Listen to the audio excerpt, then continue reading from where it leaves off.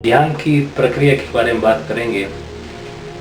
जो बताने जा रहा हूँ ध्यान के बारे में, ये मेरा अपना एक्सपीरियंस है। मुझे बचपन से ध्यान का बहुत शौक़ रहा है और ध्यान में मुझे बहुत सी चीज़ों का ज्ञान प्राप्त हुआ। एक्चुअली ध्यान वो चीज़ है जिसमें आप अपनी ऊर्जा को एक जगह फोकस करते हैं। ध्यान में आप अपनी ऊर्जा को एक जगह फोकस करते हैं। जब आप अपनी ऊर्जा को एक जगह फोकस करते हैं, केंद्रित करते हैं, तो वहाँ पे कुछ गतिविधियाँ उत्पन्न होती हैं। एक पॉजिटिविटी की ओर बढ़ना, तय होना, एक पॉजिटिविटी की ओर बढ़ना शुरू होता है। जो मैं भी ध्यान करता था, तो आप ध्यान किसी पे भी कर सकते हैं। अपने शरीर पे ध्यान कर सकते हैं, किसी शब्द, अपने शरीर पे ध्यान कर सकते हैं, किसी शब्द पे ध्यान कर सकते हैं और किसी नाम पे ध्यान कर सकते हैं। लेकिन आपको किसी एक पे केंद्रित होना ही पड़ेगा। उस ऊर्जा को एक पर केंद्रित करना ही पड़ेगा जिससे आपको रिजल्ट मिल सके। जैसे कि आप अपने बच्चे को बोलते हैं कि बेटा ध्यान से पढ़ाई कर, तो आपने एक वर्ड यूज किया ध्यान, कि ध्यान से पढ़ाई कर। यानी कि जब वो ध्यान से पढ़ाई करता है, यानी कि अपनी ऊर्जा को एक जगह लगाता है, तो उसका रिजल्ट उसको मिलता है, उसका ज्ञान बढ़ता है, उसका नॉलेज बढ़ता है और वो संभवतः वो अपने लाइफ में अचीवमेंट प्राप्त करता है। उसी तरह आपने देखा होगा, या ऐसे अपने परिवारजनों को, या आपके पास कभी गाड़ी होती है, बाइसिकल होती है, स्कूटर होती है, जो भी वाहन होता है, आप बोलते हैं कि जब भी आप गाड़ी सड़क पे चलाते हैं तो ध्यान से गाड़ी चलाओ। तो आप क्यों बोलते हैं ध्यान से गाड़ी चलाओ? ताकि एक्सीडेंट ना हो, ताकि आप अपने डेस्टिनेशन पे पहुंच सके।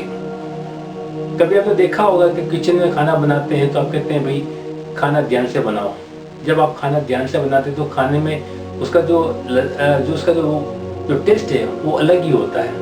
तो इसी तरह ध्यान, जब आप अपने आप पे ध्यान करते हैं, अपनी ऊर्जा को एक जगह केंद्रित करते हैं, चाहे वो मस्तिष्क में करें, चाहे दिल पे करें, हार्ट पे करें, चाहे मस्तिष्क में करें या हार्ट में करें, या कई शब्द पे करें, कई एक जगह केंद्रित करने से कुछ समय बाद में आपको उसका रिजल्ट आना शुरू होता है।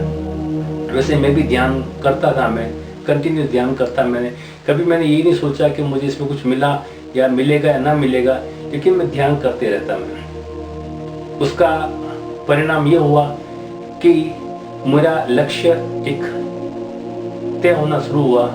उसी ध्यान के दौरान मुझे कई चीज़ों का अनुभव हुआ, कई शक्तियों का मुझे आभास हुआ, जो कि मैं धीरे धीरे आपको बताऊंगा कि मेरे जीवन में क्या क्या घटनाएं घटित हुई है, और आपको मैं ध्यान की ओर अग्रसर करूंगा। मैं ध्यान में क्या मतलब मैं बताऊंगा आपको ऊर्जा कैसे एक केंद्रित करके अपने अचीवमेंट कर सकते हैं। आपने कभी देखा होगा कि स्कूलों में कि हम एक ग्लास लेते हैं, उस पर कार्बन का सूरज की रोशनी फोकस करते हैं तो कार्बन जलने लगता है। हमने एक फोकस किया, उसी फोकस से कुछ कांच के द्वारा एक रोशनी कुछ कार्बन पे पड़ती है और एक फोकस होता है, वो कार्बन जलने लगता है। वैसे ही ऊर्जा को फोकस करने से, एक जगह केंद्रित करने से हमें बहुत सी चीज़ों का अचीवमेंट होता है। तो आज मैं एक ऐसी घटना के बारे में बताऊंगा कि मैंने कई बार सुना है कि कण कण में भगवान होते हैं। तो मैंने ध्यान में पूछा, प्रभु अभी ऊर्जा होती है, इसमें मुझे कुछ दिखाई नहीं देता, ऊर्जा होती है। मैंने पूछा कि कहते हो, मैंने पढ़ा है कि कण कण में भगवान होते हैं, आप मुझे बताओ ना आप कण कण में कैसे होते हैं। तो मुझे एक्सप्लेनेशन होता है कि आप मुझे गॉड बोलते हो, GOD, गॉड। जी का मतलब होता है जनरेटर, मैं उत्पत्ति करता हूँ। आप मुझे गॉड बोलते हो कि मैं भगवान हूँ, यानी कि मैं रचयिता हूँ।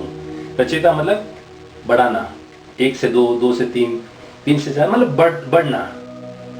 फिर आप बोलते हो मैं सस्टेन भी करता हूँ, यानी कि मैं बढ़ाता हुई हूँ और साथ में मेंटेन भी करता हूँ। तीसरा आप बोलते हैं मैं डिस्ट्रॉय भी करता हूँ, तो यानी मैं घटाता भी हूँ मैं। तो आपने मुझे बोला कि जनरेटर हूँ मैं, ऑपरेटर हूँ मैं, डिस्ट्रॉयर हूँ, यानी कि तीनों गुण मेरे अंदर, इसलिए मैं परमात्मा हूँ। तो मैं कण कण में कैसे हूँ, इसको उन्होंने मुझे एक्सप्लेनेशन किया, वो मैं आपको बताना चाहता हूँ। उन्होंने मुझे बताया कि स्मॉलेस्ट एलिमेंट है वो एटम है।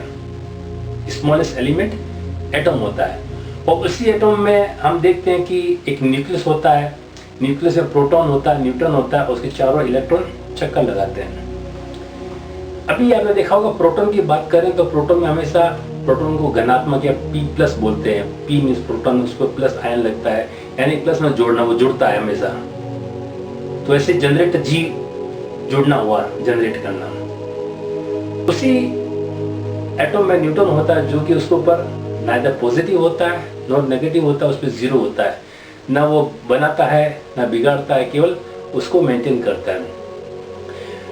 फिर उसी एटम में इलेक्ट्रॉन होते हैं जिसपे नेगेटिव आयन होता है, यानी कि माइनस, घटाता है। तो देखा आपने कि एक एटम में एक प्रोटॉन है वो प्लस है, न्यूट्रॉन है वो 0 है, और इलेक्ट्रॉन है वो माइनस है।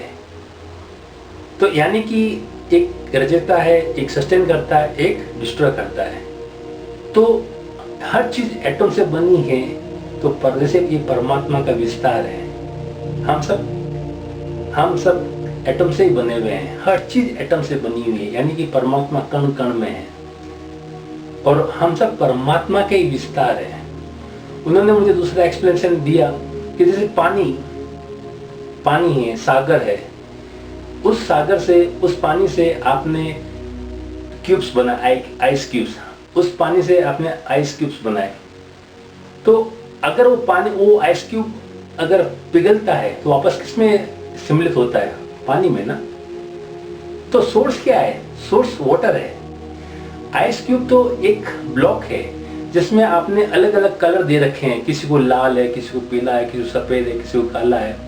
तो हर एक जो कलर आप देख रहे हो, कोई काले व्यक्ति हैं, कोई सफेद व्यक्ति है, कोई गोरे व्यक्ति हैं, वो हर एक आइस क्यूब का एक कलर होता है।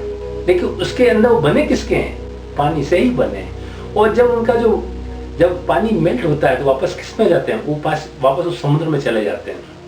तो हम सब परमात्मा के विस्तार हैं।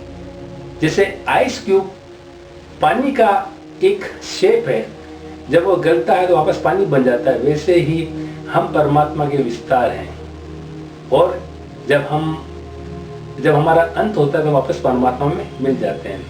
तब तक हम परमात्मा के अंश के रूप में इस धरती पे विचरण करते रहते हैं, और अपने सभी भाई बहनों, क्योंकि हम सब परमात्मा के विस्तार है, तो हम सबके अंदर परमात्मा एक अंश है, जिसे हम आत्मा बोलते हैं। आत्मा, परमात्मा, जो आत्मा का बड़ा स्वरूप है वो परमात्मा है। तो हम देखते हैं कि हमारे मन में कई भ्रांतियां हैं कि हम एक दूसरे से नफरत करते हैं। चाहे हम लेके कलर को लेके कुछ हमेशा कभी नहीं करना चाहिए। सब में परमात्मा है।